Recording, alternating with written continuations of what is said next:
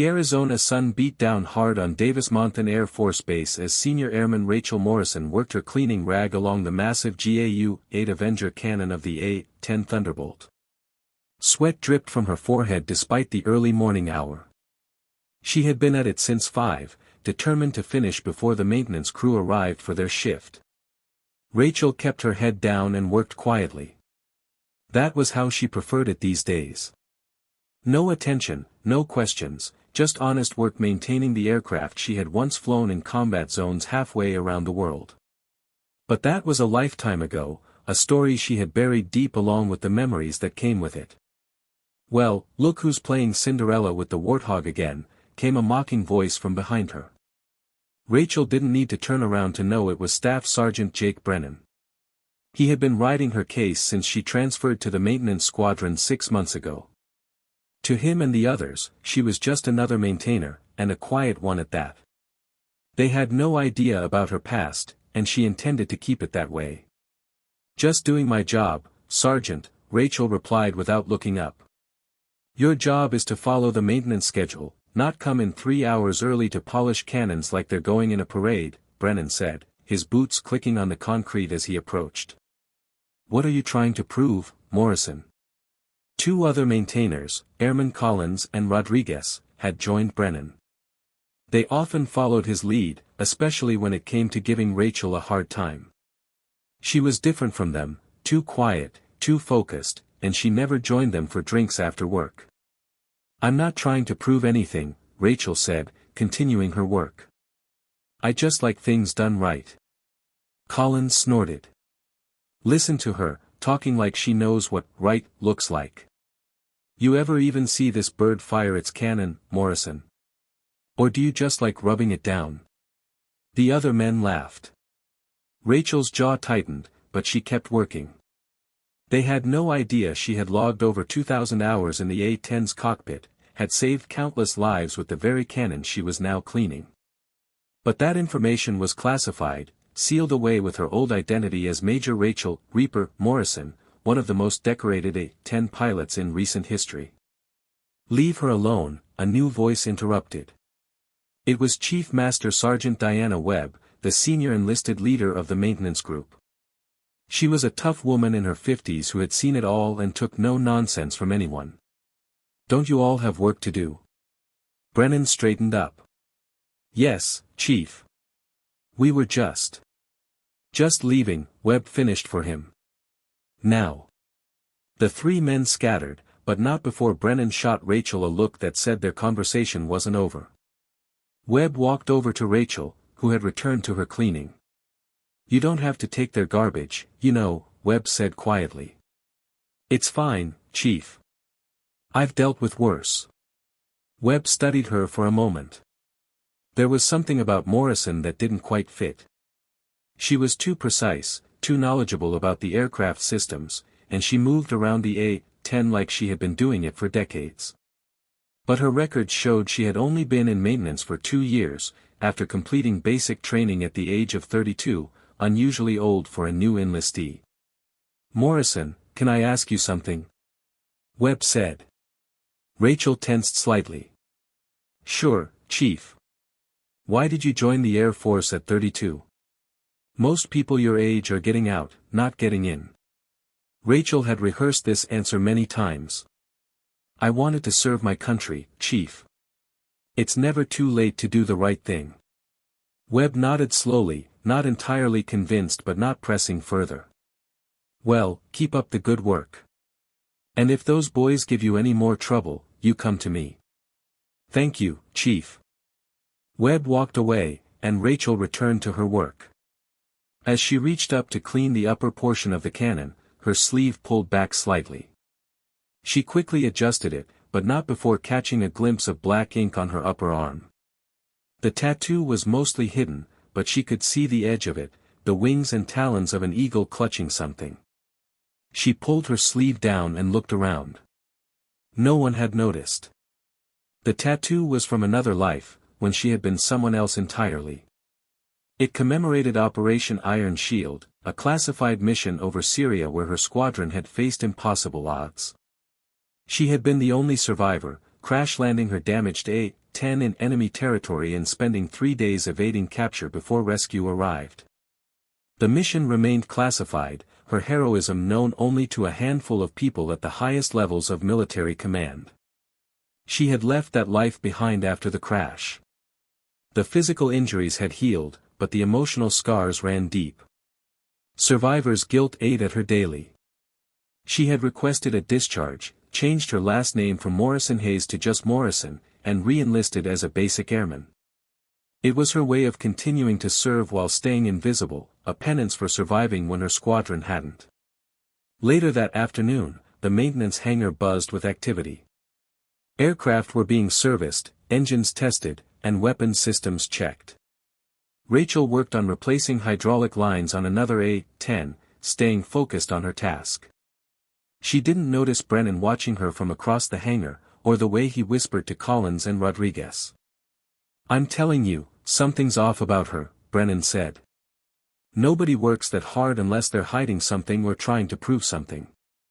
"Maybe she's just dedicated," Rodriguez offered, though he didn't sound convinced. "No," Brennan shook his head. "I've seen dedicated. This is different. She moves around that plane like she owns it. And did you see how Webb defended her? There's more to Morrison than meets the eye." Collins shrugged. "So what if there is? As long as she does her job, who cares?" But Brennan couldn't let it go. He had always prided himself on being the best maintainer in the squadron, the go-to guy for the pilots. Morrison's arrival had threatened that position, not because she sought recognition, but because her work was flawless. Every aircraft she touched was maintained to perfection, every system she inspected was thoroughly documented. The pilots had started requesting that she work on their planes, though they probably didn't even know her name. As the day wore on, the heat in the hangar became oppressive. Rachel had been working steadily for hours, her uniform soaked with sweat. She decided to take a quick break, heading to the water fountain near the back of the hangar. As she walked, she rolled up her sleeves slightly to cool down, careful to keep them below her elbows. She didn't notice Airman First Class Tommy Chen watching her from his workstation. Chen was new to the squadron, fresh out of technical school and eager to prove himself. He was also observant, a trait that served him well in maintenance work. As Rachel passed by, he caught sight of something on her arm, just a flash of black ink before she rolled her sleeve back down. Chen frowned. Tattoos weren't unusual in the military, but something about the way Morrison hid hers struck him as odd. He had seen part of it, what looked like wings and text he couldn't quite make out. But it was the way she immediately covered it that made him curious. That evening, as the squadron prepared to end their shift, Webb called everyone together for a briefing. There was news from headquarters about an upcoming air show where their A-10's would perform demonstration flights. The base commander wanted their best aircraft and crew to participate. "This is a high-visibility event," Webb announced. "We'll have veterans, families, and media present. I want our best maintainers on this, and our birds looking pristine. Brennan, you'll lead the detail." Brennan puffed up with pride. "Yes, Chief. I'll pick my team." "I'll assign the team," Webb interrupted. "Brennan, Collins, Rodriguez, Chen, and Morrison. You'll have 2 weeks to prepare 3 aircraft for the show." Rachel's stomach dropped. She had hoped to avoid any high-profile assignments. Air shows meant crowds, cameras, and attention, everything she had been trying to avoid. But she couldn't refuse without raising suspicions. "Morrison," Brennan said with mock surprise. "Chief, with all due respect, this is a big event. Maybe we should stick with more experienced maintainers." Webb's eyes narrowed. "Morrison's work has been exemplary. She's on the team. Any problems with that, Sergeant?" "No, Chief," Brennan replied, but his tone suggested otherwise. As the meeting broke up, Rachel tried to slip away quietly, but Chen caught up with her. "Hey, Morrison. Looking forward to working with you on the air show prep." "Thanks, Chen," Rachel replied, trying to keep the conversation short. You know, my grandfather was a pilot in Vietnam, Chen continued. Flew F-4 Phantoms. He always said the best maintainers were the ones who understood the aircraft like pilots do. You seem like that type. Rachel glanced at him, wondering if there was more to his comment. Just doing my job. Chen smiled. Well, you do it better than most. See you tomorrow. As he walked away, Rachel felt a familiar unease. She had worked hard to blend in, to be just another maintainer. But excellence had a way of drawing attention, even when you tried to hide it. And attention was the last thing she needed. The next morning arrived with an unusual coolness in the desert air. Rachel arrived at the hangar at her usual early hour, hoping to get a head start on the air show preparations. The 3 A-10's selected for the demonstration had been moved to a separate area of the hangar, away from the routine maintenance operations. She stood before the first aircraft, running her hand along its titanium armor plating. This particular A-10 had seen combat, she could tell from the subtle repairs and patches that told stories of close calls and successful missions. Her fingers found a particular patch near the cockpit, and memories flooded back unbidden. You always did have a soft spot for the wounded birds. Rachel spun around to find Colonel James Mitchell standing behind her. The wing commander rarely visited the maintenance hangar this early. Mitchell was in his late 50s, a career officer who had seen his share of combat. His presence here at this hour was no coincidence. Colonel, Rachel said, standing at attention. At ease, airman. Mitchell stepped closer to the aircraft, his eyes not on the plane but on her. Chief Webb speaks highly of your work. Thank you, sir. I try to do my best. Mitchell nodded slowly. I've been reviewing maintenance records. Your attention to detail is unusual for someone with only 2 years of experience. Rachel kept her expression neutral. I studied hard in tech school, sir. I'm sure you did. Mitchell paused, then added, you know, I flew A-10's back in Iraq. First Gulf War. There's something special about these birds. They bring their pilots home even when they're shot to pieces. So I've heard, sir. Mitchell looked at her directly. Have you now? Well, make sure these aircraft are perfect for the show. A lot of veterans will be watching, people who understand what these machines represent. After he left, Rachel released a breath she didn't know she had been holding. Mitchell knew something, or at least suspected. She would have to be more careful. The rest of the maintenance team arrived an hour later. Brennan immediately took charge, assigning tasks with an air of authority that bordered on condescension, especially toward Rachel. Morrison, you're on interior cleaning. Chen, help her out. Collins and Rodriguez, you're with me on the engine inspection, Brennan ordered. Interior cleaning? Chen protested. That's basic work. Morrison should be on systems inspection, she's the best at it. Brennan's face reddened. I make the assignments here, airman. Morrison does what I tell her to do.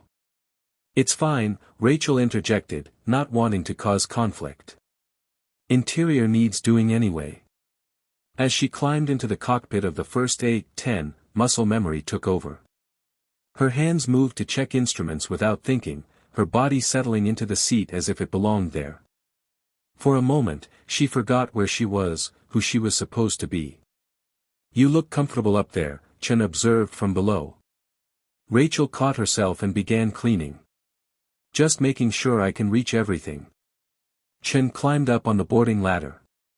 You know, my grandfather used to say that maintainers who really understand aircraft move differently around them. Like dancers who know their partners. Your grandfather sounds like he was observant, Rachel replied carefully. He was. He also said everyone in the military has a story. Some just hide theirs better than others. Before Rachel could respond, a commotion erupted from the other side of the hangar.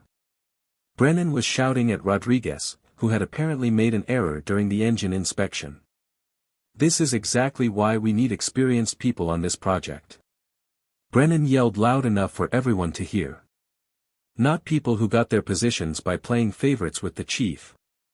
Everyone knew he was really talking about Rachel. She continued cleaning, pretending not to hear, but Chen saw her jaw tighten. "That's not right," Chen muttered. "You work harder than anyone here." "Let it go," Rachel said quietly.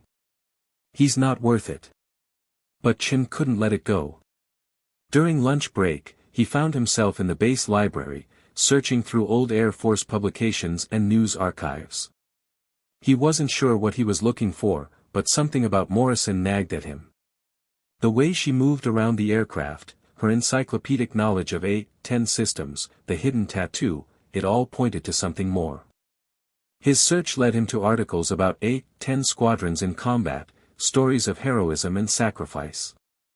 One article, from 5 years ago, caught his attention.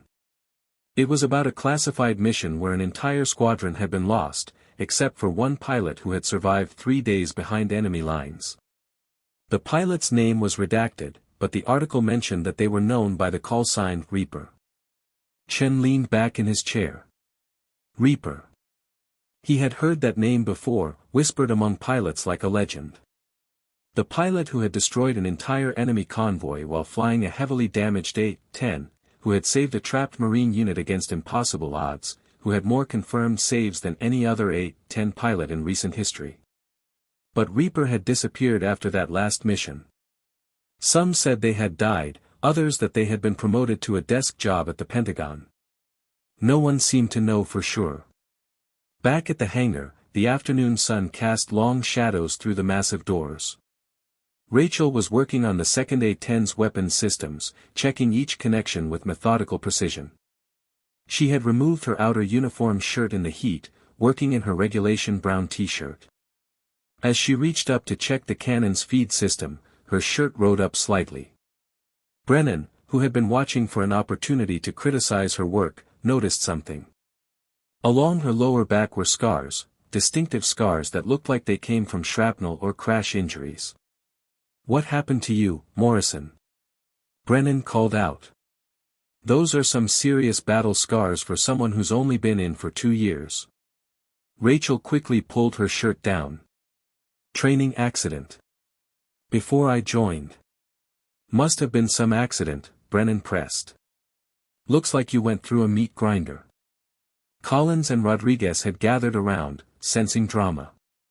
Rachel tried to move away, but Brennan blocked her path. "You know what I think?" Brennan said. "I think you're hiding something. Nobody joins at 32 without a story.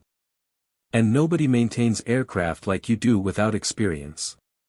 "Back off, Brennan," Webb's voice cut through the tension. She had appeared seemingly from nowhere. "Morrison's past is her business." "But Chief." "But nothing. Get back to work, all of you." As the crowd dispersed, Webb pulled Rachel aside. "You okay?" "Yes, Chief. Thank you." Webb studied her for a long moment. "Morrison, I don't know what you're running from, but you're safe here. Remember that." That evening, Chen stayed late, ostensibly to finish his assigned tasks but really to do more research. He had moved from the library to his barracks room, using his laptop to dig deeper into military records and news archives. Then he found it, a photograph from 6 years ago, a squadron photo from an air show. The image quality wasn't great, but he could make out the pilot standing in front of their A-10's. His eyes were drawn to one pilot in particular, standing slightly apart from the others. The name patch was too blurry to read, but something about the stance, the build, reminded him of someone. He zoomed in on the image, enhancing it as much as his laptop would allow. On the pilot's exposed arm, partially visible, was a tattoo. An eagle with spread wings, clutching lightning bolts and a scroll with text he couldn't quite make out. But the design was distinctive. Chen's heart raced. He had seen part of that tattoo just yesterday on Morrison's arm. The next day, Chen arrived at the hangar early, hoping to catch Rachel alone. He found her already working, checking the hydraulic systems on the third A-10. "Morrison," he called quietly. She looked up, immediately noticing his serious expression. "What is it, Chen?" He hesitated, then decided to be direct. "I know who you are." Rachel's entire body tensed. "I don't know what you mean." "The tattoo on your arm. The way you move around these aircraft. The scars." Chen stepped closer, lowering his voice. "You're Reaper, aren't you? Major Rachel Morrison, the pilot who—" "Stop." Rachel's voice was sharp, almost desperate. "You don't know what you're talking about. I researched Operation Iron Shield. I know what happened to your squadron. I know you were the only survivor." Rachel's hands were shaking now. She set down her tools and faced him. "That person is dead. She died in the desert 5 years ago. I'm just Airman Morrison now." "But why?" Chen asked. "You're a hero. You saved so many lives. Why hide?" Rachel's eyes glistened with unshed tears. "Because heroes don't let their entire squadron die. Heroes don't survive when better people don't. I'm not a hero, Chen. I'm just trying to serve in the only way I can now, quietly, without anyone knowing who I used to be." Chen was about to respond when Brennan's voice boomed across the hangar. Well. What do we have here? Morrison having a private conversation with the rookie? Planning something behind my back?" Rachel quickly wiped her eyes and turned to face Brennan. "Just discussing the hydraulics check, Sergeant." "Sure you were."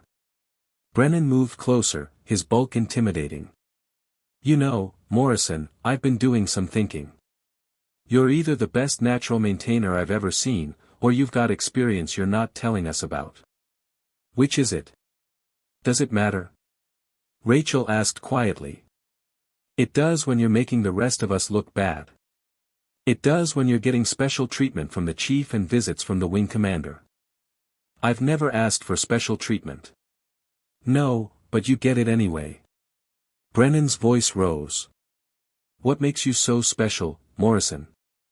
What are you hiding?" The confrontation was drawing attention. Other maintainers had stopped working to watch. Webb appeared from her office, moving quickly toward the group. "That's enough, Brennan," Webb commanded. But Brennan was beyond caring. His resentment had been building for months. "No, Chief, it's not enough. We have a right to know who we're working with. Morrison here isn't who she claims to be." In his agitation, Brennan grabbed Rachel's arm, pulling it roughly. Her sleeve tore, fully exposing the tattoo she had hidden for so long. The eagle was clearly visible now, along with the text beneath it, "Iron Shield, never forgotten," and below that, a date and 5 names, the members of her squadron who had died. The hangar fell silent. Everyone stared at the tattoo, at Rachel, waiting for an explanation. The silence in the hangar stretched unbearably long. Rachel stood frozen, her tattoo exposed for all to see, the names of her fallen squadron members visible in stark black ink against her skin. Chen stepped protectively closer to her while Brennan still gripped her torn sleeve, his face cycling through confusion and disbelief. "Iron Shield," Collins whispered, recognizing the name. "That was the classified mission in Syria. The one where—" He stopped, his eyes widening as he looked at Rachel. Webb stepped forward, her voice commanding. "Everyone back to work. Now." "But Chief," Brennan started. "I said now, Sergeant." Webb's tone brooked no argument. "Except you, Brennan. You're coming with me. Morrison, you too." Rachel pulled her arm free from Brennan's loosened grip and followed Webb to her office. Her secret was out, or at least part of it. The carefully constructed walls she had built around her new identity were crumbling. Inside Webb's office, the chief closed the door firmly and turned to face them both. Brennan stood defiantly while Rachel remained still, her eyes focused on a point on the wall. "Sergeant Brennan," Webb began, her voice deadly calm, "you just physically grabbed a fellow airman and destroyed her property. That alone is enough for disciplinary action. Chief, she's been lying to us, Brennan protested. That tattoo, Iron Shield, that was a special operations mission. Only pilots and special forces were involved. She's not who she says she is. Webb turned to Rachel.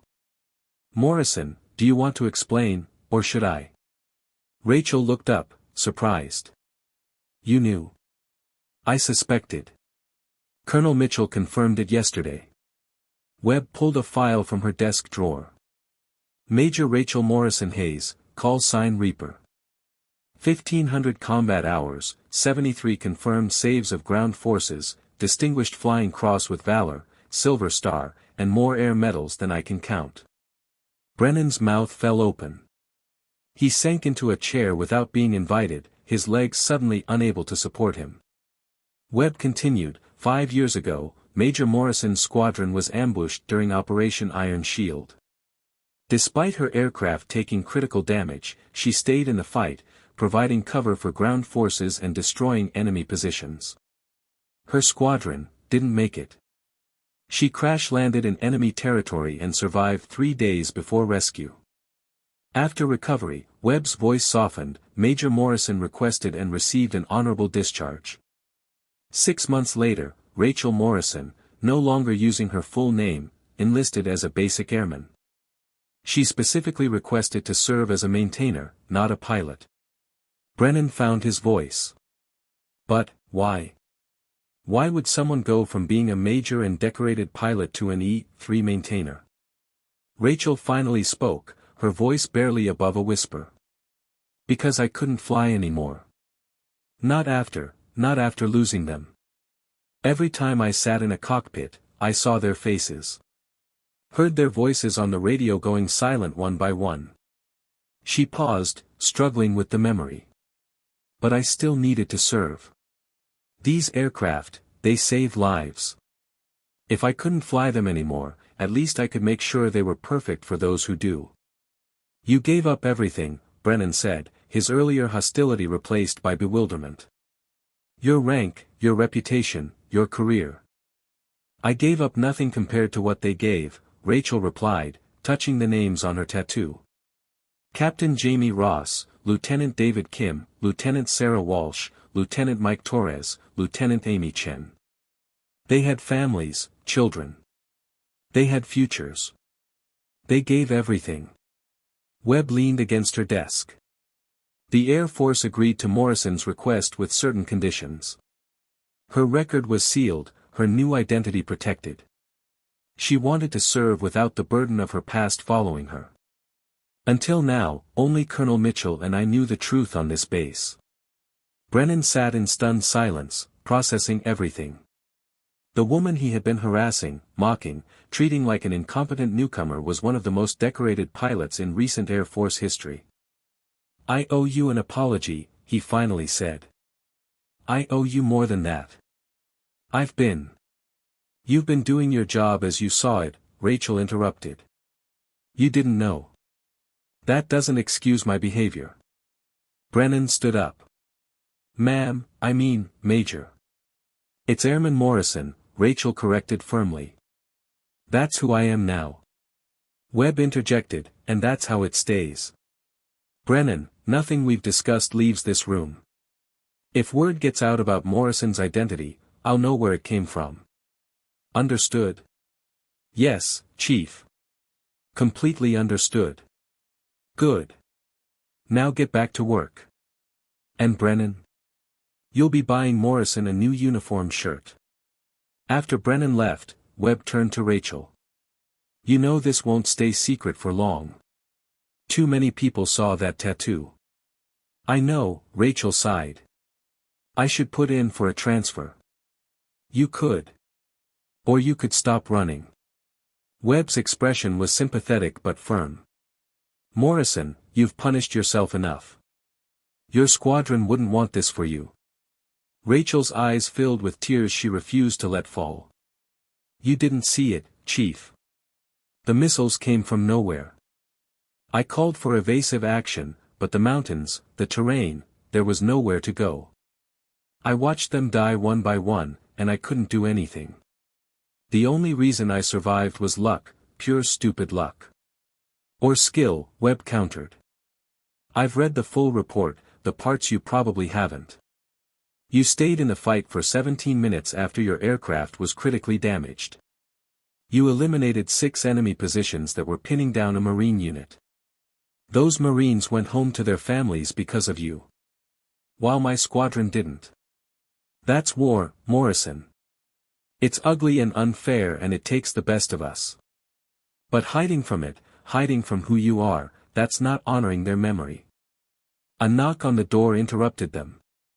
Chen's voice came through. Chief. We have a situation.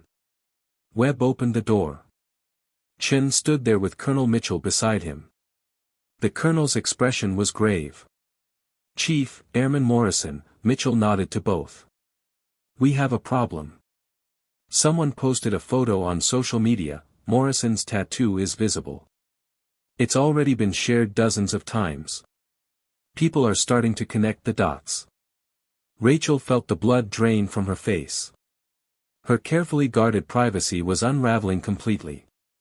Mitchell continued, the base public affairs office is getting calls.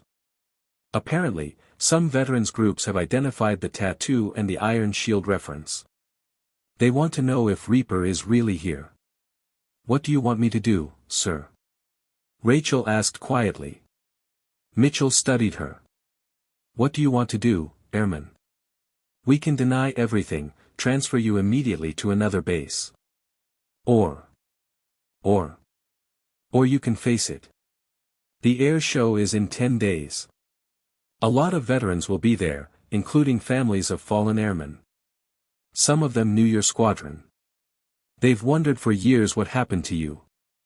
Rachel turned to look out Webb's window at the A-10's in the hangar. Maintainers were working on them, including Brennan, who kept glancing toward the office. Sir, I'm not that person anymore. I'm not a hero. I'm just. You're a survivor, Mitchell interrupted. And sometimes, survivors have to share their stories so others can heal too. The families of your squadron members, they've never had closure. They know the official report, but they don't know what really happened. They don't know how hard you fought to save their loved ones. Chen spoke up. Ma'am, if I may, my cousin Amy was in your squadron. Everyone turned to stare at him. Rachel's legs nearly gave out. Amy Chen was your cousin, she whispered. Chen nodded, his eyes bright with emotion. She was. She talked about you in her letters home. Said you were the best pilot she'd ever known, that she'd follow you anywhere. After she died, our family wondered what happened to you. You just vanished. I couldn't face you, Rachel admitted, her voice breaking. Any of the families. How could I look them in the eye when I came home and Amy didn't? Because you tried, Chen said simply. Amy's last letter, written the day before the mission, she said if anything happened to her, she was proud to fly with Reaper. She said you made them all better pilots, better people. The room fell silent. Rachel wiped at her eyes, no longer able to hold back the tears. Mitchell spoke gently. Morrison, the choice is yours. But I think you've been hiding long enough. These families, these veterans, they need to know their loved ones didn't die forgotten. They need to know someone remembers, someone carries their names not just on their skin but in their heart. That evening, Rachel sat alone in her barracks room, staring at her phone. She had the contact information for all the families, she had carried it with her for 5 years but never had the courage to use it. A knock interrupted her thoughts. She opened the door to find Chen standing there with several other maintainers, including Brennan, Collins, and Rodriguez. We wanted to apologize, Brennan said. All of us. We treated you poorly, and you never said anything, never pulled rank even though you could have. I didn't have rank to pull, Rachel reminded them. You have something better, Rodriguez said. Respect. You've earned it 100 times over. Collins added, we've been talking. The air show, if you decide to go public, we want to support you. The maintainers, we want to show everyone that you're one of us now. Rachel looked at their earnest faces. These were the people she had worked alongside for months, who had mocked her, dismissed her, and were now offering their support. I don't know if I can do it, she admitted. Face everyone, tell the story. You don't have to do it alone, Chen said. My family wants to meet you. Not to blame you, but to thank you. Amy died doing what she loved, flying with someone she admired. That means something. Brennan stepped forward. Ma'am, Morrison, I was an ass. But I'm also a maintainer who takes pride in these birds. You've been honoring your squadron every day, making sure these aircraft are perfect. Let us help you honor them at the air show. Rachel looked at each of them. For the first time in 5 years, she didn't feel alone with her burden. Okay, she said quietly. But I'm still just Airman Morrison. I work for you, Brennan, not the other way around. Brennan grinned. Roger that. But maybe ease up on showing us up so much. Despite everything, Rachel found herself smiling. No promises. Over the next few days, word spread throughout the base. The story of Reaper, the decorated pilot who gave up everything to serve as an enlisted maintainer, captured everyone's attention. Some couldn't understand why she would give up her rank and prestige. Others saw it as the ultimate act of humility and service. Colonel Mitchell arranged a meeting with the families of the fallen squadron members. They would arrive 2 days before the air show. Rachel was terrified, but she knew it was time. The maintenance team worked with renewed purpose. The 3 A-10’s designated for the air show had never looked better. Every rivet was perfect, every system checked and double-checked. Brennan led the team with a new attitude, making sure everyone understood they weren't just preparing aircraft, they were preparing a tribute. These birds are going to represent the best of us, he told the team. Morrison's been doing that alone for months. Now we all do it together. Webb watched the transformation with satisfaction. The maintenance squadron had always been skilled, but now they had purpose, unity. Morrison's story had brought them together in unexpected ways. 3 days before the air show, Rachel stood before the lead A-10, running her hand along its nose art. Someone had added a small, subtle detail, 5 stars, barely visible unless you knew to look for them. One for each member of her lost squadron. That was Brennan's idea, Chen said, joining her. He stayed late last night to paint them. Rachel touched the stars gently. They would have liked that. They would have liked knowing you're still here, still serving, Chen replied. My aunt wants to meet you tomorrow. Amy's mother. She's nervous too. What do I say to her? How do I explain? Just tell the truth. That's all anyone wants.